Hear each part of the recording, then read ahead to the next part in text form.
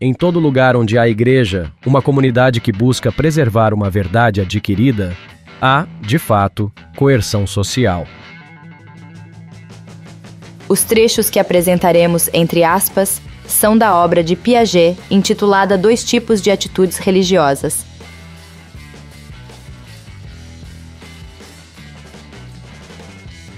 Acredito semelhantemente a Piaget nessa ideia. Conforme uma concepção considerada retrógrada, acredita-se que já foram realizados milagres neste planeta também por causa de infelicidade divina.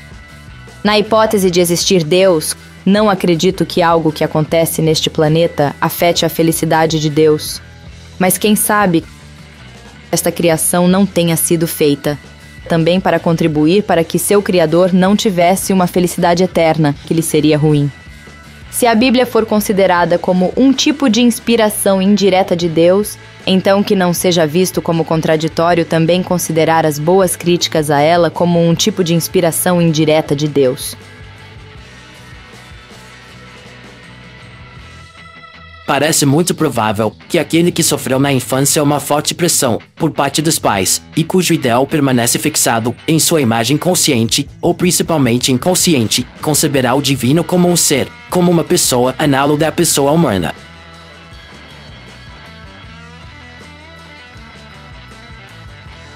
Em moral, por outro lado, o bem lhe aparecerá na forma de deveres precisos e formuláveis, na forma de obediência a regras internas sem dúvida, mas que na análise se revelarão mais interiorizados do que elaborados pela consciência pessoal.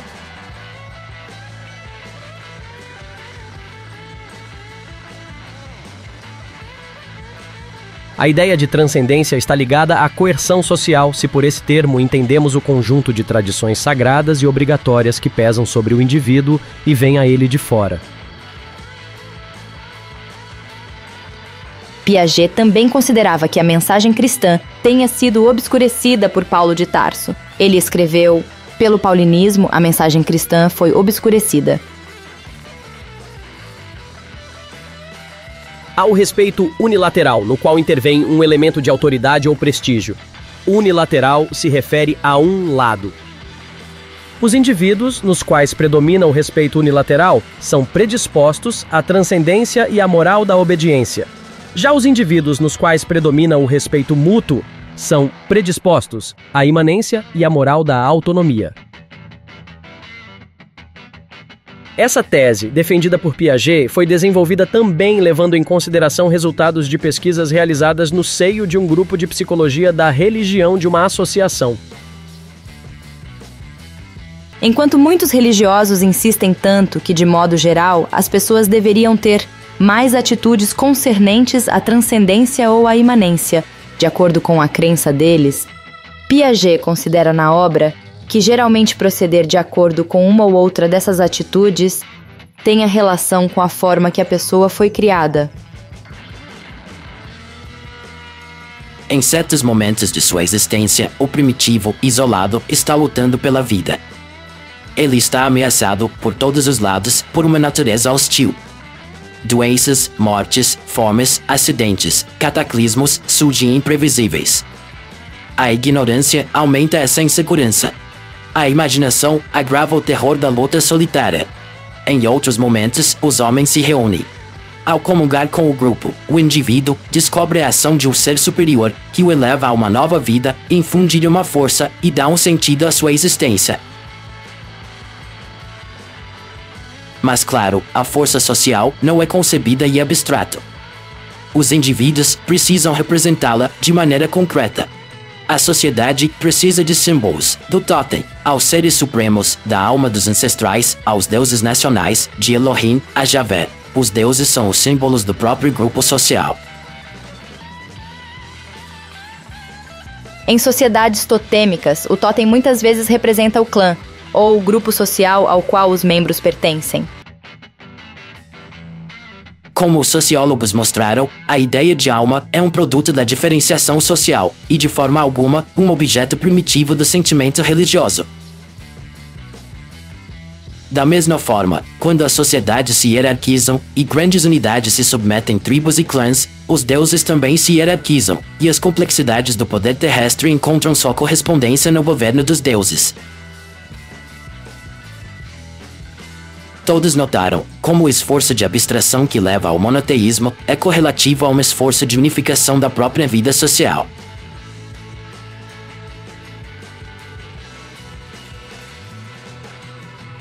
Como Durkheim bem disse, panteões podem perder temporariamente o contato com a estrutura social em virtude de um tipo de simbolismo intrínseco. Mas em linhas gerais, sempre e em toda parte há correspondência entre a forma da sociedade e a forma das crenças religiosas. Quanto mais aumenta o campo dos estudos comparativos, torna-se mais óbvio que o ser humano deu a si mesmo deuses, não apenas a sua imagem, mas a imagem, por assim dizer, da sociedade na qual vivia.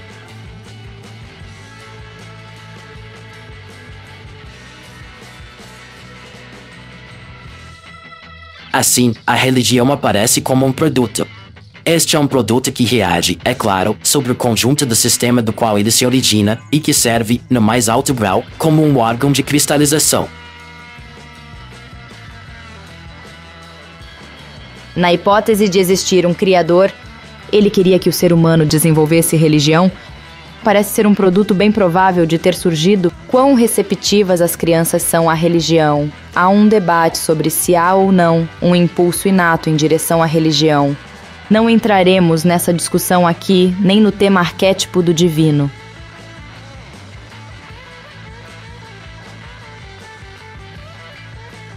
Pierre Bovet nos mostra por uma análise direta dos sentimentos da criança que os pais aparecem revestidos de todos os atributos característicos das divindades. Prova disso é o espanto doloroso que inevitavelmente surge quando se descobrem suas imperfeições mais tarde. Pode ser bastante doloroso quando se começa a perceber que o Deus no qual se acredita é mitológico.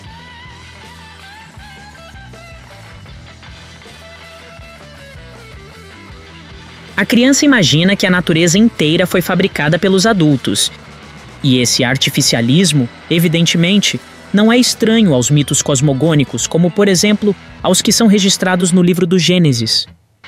Quando, em dado momento, a criança descobre a realidade como é contemplada, o sentimento primitivo de admiração não desaparece. Ele simplesmente se sublima e se volta então para os seres que o ensinamento religioso apresenta à imaginação infantil. Deus torna-se o substituto do pai e se paternaliza ao se tornar uma pessoa viva.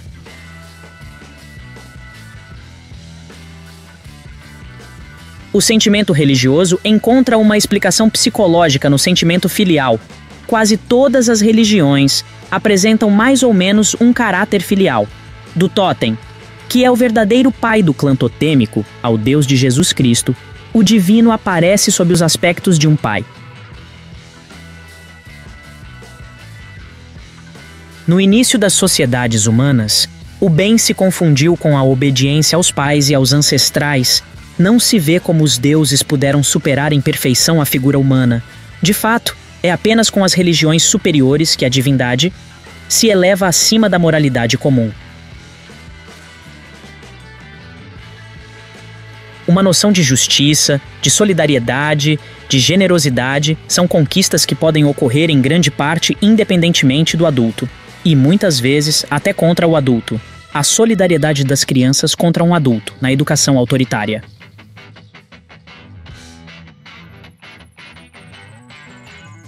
Devemos agradecer ao admirável trabalho crítico e de reconstituição empreendido pelos exegetas do Antigo e especialmente do Novo Testamento, o que nos permite hoje fazer, com grande probabilidade, a distinção entre o pensamento de Cristo e as deformações posteriores. Não sou cristã, mas respeito essa investigação. Nem todos os autores renomados da área concordam que seja possível fazer com grande probabilidade essa distinção.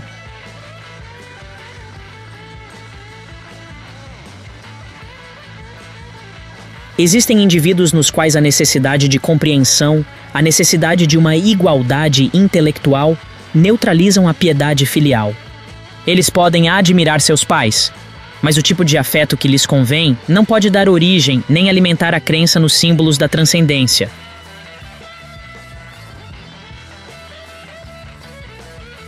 São os predispostos à imanência.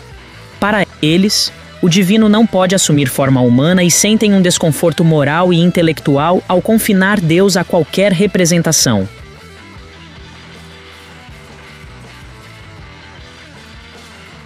Qualquer fórmula lhes parece uma mentira, qualquer ato cultual, uma artimanha. A religião se entrelaça para eles com a fé na realidade suprema dos valores.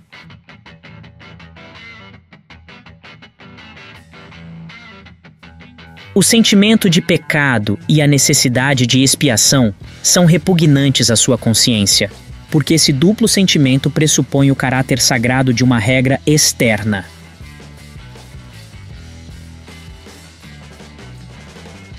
À coerção social ou ao conformismo corresponde uma educação autoritária que reforça os símbolos da transcendência e a moral da heteronomia a cada nova geração. Heteronomia contrasta com a autonomia.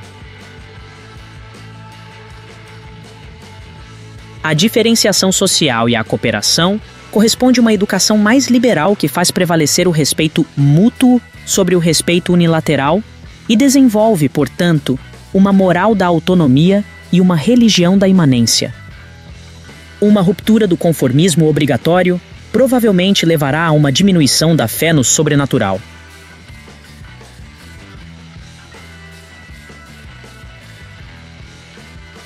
Esses dois tipos de atitudes coexistem no protestantismo e correspondem termo a termo a tipos de organização social.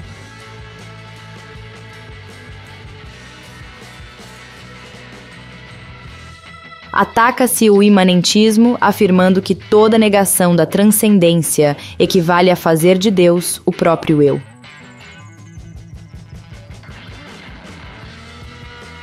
É impossível, por exemplo, não ver na filosofia moral de Kant, apesar de toda a crítica racional e apesar do culto à autonomia, a nostalgia da transcendência e o resíduo da heteronomia. Mas em contraste com esse tipo psicológico, encontramos indivíduos nos quais o respeito mútuo gradualmente dominou o respeito unilateral. As tendências individualistas e igualitárias sufocaram neles a necessidade de se submeter à autoridade ou àquele prestígio. Daí, uma crise moral e religiosa, fenômeno comum hoje em dia.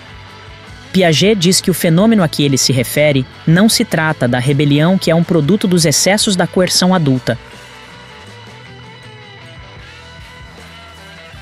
Fazer ciência para Piaget tinha a ver com uma relação indireta com Deus.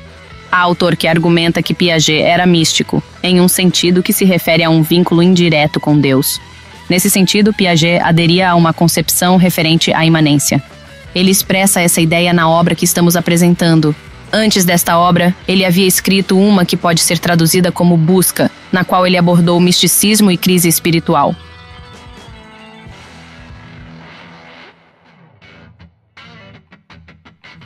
A diferenciação não leva necessariamente à extinção do sentimento religioso. Longe disso. Mas, além da secularização progressiva das sociedades diferenciadas e dessa noção tão nova e revolucionária de que a religião é uma questão privada, assistimos, em nossas sociedades, a uma interiorização progressiva da religião. Não se acredita mais no valor dos dogmas, na eficácia dos rituais. O que é essencial para as religiões da transcendência é concebido apenas como simbólico. Do ponto de vista moral, os efeitos da diferenciação não são menos perceptíveis. A moral da coerção social é uma moral da obediência. O bem se confunde com a observância das instruções. A instrução pode ser considerada absurda por pessoas diferenciadas e pode ser observada por pessoas que consideram, como o bem, sua observância. Com a diferenciação, surge uma noção essencialmente revolucionária, a autonomia da consciência.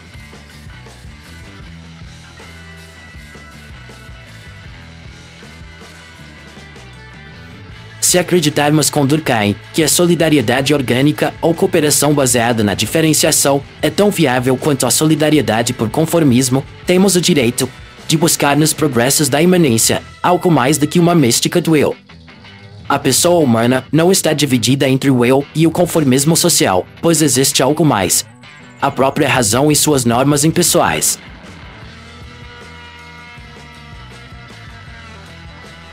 Se há apenas dois termos em jogo, o conformismo social e o eu, a autonomia da consciência leva à anarquia. Entretanto, se existe, para além da consciência subjetiva, para além desse subjetivismo tão grosseiro que é a obediência às representações coletivas, devidas à coerção, uma realidade normativa e racional, então, a autonomia se torna um sinal de razão.